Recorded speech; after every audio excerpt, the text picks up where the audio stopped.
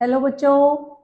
आज हम जो टॉपिक डिस्कस कर रहे हैं वो है इलेक्ट्रो रिफाइनिंग ऑफ मेटल। क्योंकि हम एप्लीकेशन ऑफ इलेक्ट्रोलिसिस कर रहे हैं उसमें इससे पहले मैंने जो वीडियो बनाई थी वो इलेक्ट्रोप्लेटिंग के ऊपर बनाई थी बेटा, क्योंकि इलेक्ट्रोलिसिस से हम इलेक्ट्रोप्लेटिंग कर सकते हैं।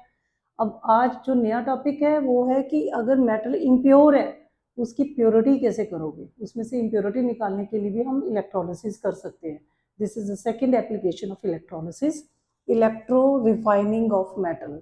मीन्स अगर हम कोई भी मेटल फैक्ट्री में निकाल लेते हैं ओर में से, पर अभी उसके अंदर इम्प्योरिटीज हैं, और वो इम्प्योरिटीज अगर तुम इलेक्ट्रिसिटी पास करके रिमूव करते हो तो उसको बोलते हैं इलेक्ट्रो रिफाइनिंग। तो इलेक्ट्रो रिफाइनिंग की डेफिनेशन क्या हुई? The process of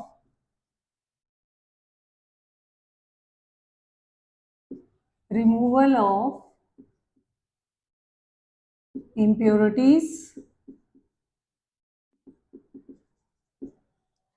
from the metal by using electric current is known as electro refining. ठीक है ना। अब ऐसे कौन कौन सी मेटल है जहां पे हम ऐसे इम्प्योरिटीज निकाल सकते हैं? एक उसमें सिल्वर, सिंबल होता है जी, nickel Na, lead Pb, zinc Zn and copper. इन सब मेटल में बेटा हम इलेक्ट्रिसिटी यूज करके उसमें से इम्प्योरिटीज को निकाल सकते हैं। तो इसके लिए क्या कंटेनर हमें यूज करना पड़ेगा? अब वो चलो ऑपरेटर्स डायरेक्टली हम करते हैं कि इसमें क्या क्या डालेंगे, कैथोड क्या होगा, एनोड क्या होगा, वो सारा डिटेल करवाते हैं। तो इलेक्ट्रोलिटिक रिफाइनिंग तुम्हारे सिलेबस में बेटा आईसीएससी 10th क्लास में है, electrolytic refining of copper, copper metal. अब कॉपर मेटल को रिफाइन करने के लिए हमें एक कंटेनर लेना पड़ता है बेटे। ये ज्यादातर हम ग्लास का बना लेते हैं।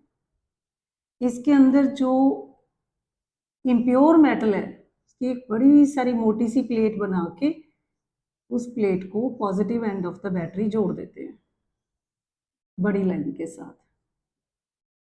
और छोटी लाइन के साथ यहाँ प्लग लगा दो, और छोटी लाइन के साथ मार्केट से लाके प्योर कॉपर की प्लेट पतली सी वो हम लोग लगा देते हैं।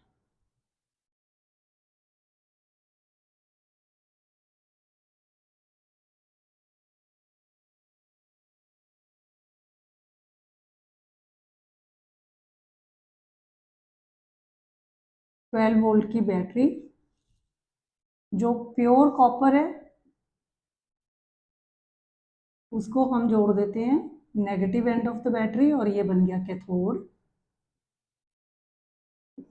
जो इम्प्योर कॉपर होगा, गंदे वाला जिसमें इम्प्योरिटीज हैं, इम्प्योर कॉपर, उसको हम positive end of the battery जोड़ देते हैं और इसको बोलते हैं एनोड। बन गया ये। अब इसके अंदर जो सोल्यूशन डाला जाएगा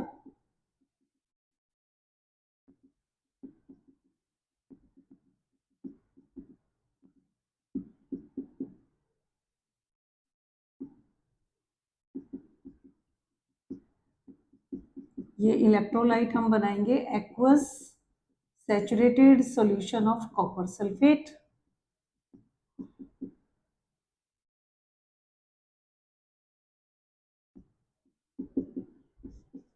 aqueous saturated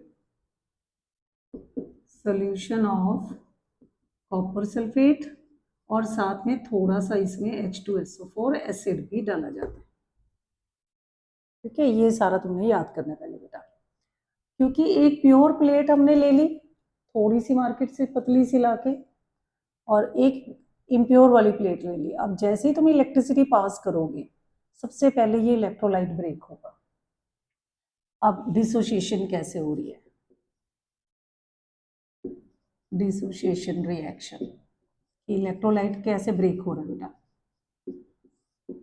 copper sulphate break होगा, it will produce copper to positive ion and sulfate to negative ion.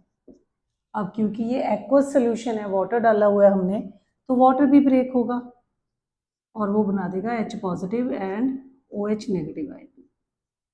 Third, इसमें एसिड डाला है H2SO4, एसिड भी ब्रेक होगा, it will produce 2 H positive ion and 1 SO4 2 negative ion.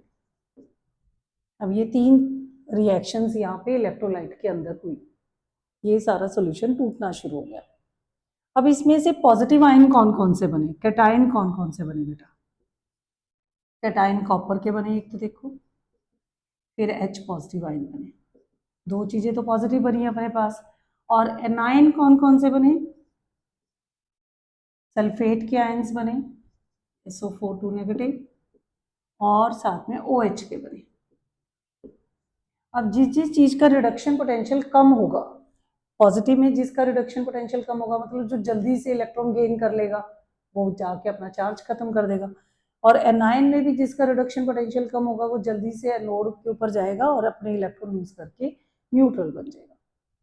ठीक है, वहां से वो इलेक्ट्रॉन लूज करेगा। देखते हैं आप कैसे होगी रिएक्शन। ठीक है, अभी डिसोसिएशन रिएक्शन समझ आ गई ना सबको? कोई चीज डाउट लगे तो जरूर कमेंट बॉक्स में लिखना बेटा। तो अपने पास है कैटायन कॉपर और H पॉजिटिव आयन। अब एक इलेक्ट्रोकेमिकल सीरीज होती है जिसमें हम सारे कैटायंस को लिखते हैं कि कौन जल्दी से जाएगा, तो पहले जाके अपने चार्ज को खत्म करेगा, उसको बोलते हैं इलेक्ट्रोकेमिकल सीरीज। पॉजिटिव वालों की, इस तरह नेगेटिव वालों की भी बनाई हुई है बेटा। जिस बच्चे को ये नहीं आती वो मेरी वीडियो देख के देख सकता है। अब इन दोनों में से रिडक्शन पोटेंशियल किसका कम है? कॉपर का रिडक्शन पोटेंशियल बहुत कम है बेटा एज कम्पेयर टू H। तो H चाहे मूव तो जरूर करेगा कैथोड के पास, पर वो जाके अपना चार्ज खत्म नहीं करेगा, कॉपर जाके वहां पे अपना जमा होना शुरू हो जाएगा। तो कैथोड पे रिएक्शन होगी, अब copper two positive will go there, 2 electron gain किए और कॉपर मेटल वहां पे जाके जमा होनी शुरू हो गई। अब यहाँ से देखो, copper two positive ion solution में से इधर गए और यहाँ पे जमा होना शुरू हो गए। धीरे धीरे धीरे धीरे इतने सारे कॉपर यहाँ जमा हो गए, ये प्लेट इतनी मोटी हो जाएगी। ठीक है, अब सोल्यूशन में तो कॉपर आयन कम हो गए भाई।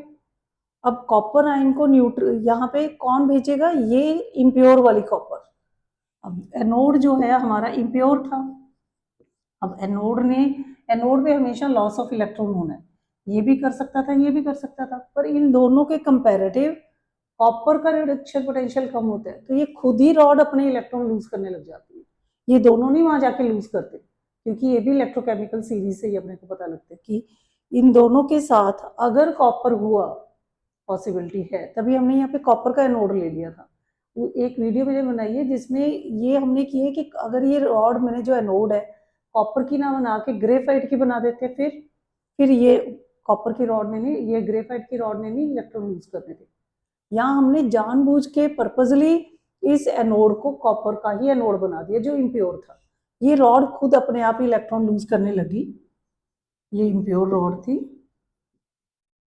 इलेक्ट्रॉन लूज किया, कॉपर टू पॉजिटिव आयन बने और 2 इलेक्ट्रॉन इसने बाहर निकाल दिए। तो यहाँ से कॉपर आयन सोल्यूशन में आई जा रहे हैं, कॉपर आयन से यहाँ पे जाके इसके ऊपर जमा होते जा रहे हैं। लगातार जैसे जैसे ये डिजॉल्व होती जाएगी और ये प्लेट इतने इक्वल अमाउंट में वो बड़ी होती जाएगी, और साथ ही साथ जो इम्प्योरिटीज होंगी वो सारी यहाँ बेटे नीचे नीचे यहाँ गिर जाती है, नोड के नीचे ये इम्प्योरिटीज आ गई। इसको बोलते हैं एनोड के नीचे गंदगी, एनोड मड इसका नाम है। अब इसमें से भी कई बार जो इसमें से इम्प्योरिटी निकलती है ना कॉपर के अंदर से, वो क्या क्या हो सकती है बेटा? देखो, गोल्ड, सिल्वर एंड मरकरी, कितनी अच्छी अच्छी चीजें एज इम्प्योरिटी पड़ी है कॉपर के अंदर। हम इस मेथड से देखो प्योर कॉपर भी बना लेते हैं और साथ में इतनी महंगी मेटल उस मड में से भी निकाल सकते हैं, गोल्ड, सिल्वर और मरकरी। और ये एनोड धीरे धीरे खत्म हो जाएगा। फिर जब ये खत्म हो जाए फिर फ्रेश एक और गंदे वाला एनोड लगा दो, फिर कॉपर यहाँ पे प्योर वाला लगा दो, तो धीरे धीरे सारा ही एनोड में से जितना अच्छा कॉपर होता है वो कैथोड के ऊपर जमा हो जाता है, और एनोड में जो गंदगी होती है वो नीचे यहाँ गिर जाती है, फिर हम फ्रेश और नया लगा देते हैं। तो ये प्रोसेस बार बार होती रहती है। इससे हमने क्या किया कि जो कॉपर मेटल थी, जिसको जो इम्प्योर कॉपर मेटल थी जिसके अंदर गोल्ड, सिल्वर, मर्करी वगैरह थे, इनको कैसे सेपरेट करते, इलेक्ट्रिसिटी पास करके सेपरेट किया। तो इसको बोलते हैं इलेक्ट्रो रिफाइनिंग ऑफ मेटल। ठीक है, इसको अच्छे से बेटा ध्यान से देखना है, समझना है, इसकी रिएक्शन लिख के प्रैक्टिस करो। और वीडियो अच्छी लगी तो इसको लाइक करना, शेयर करना, सब्सक्राइब करना। Thank you.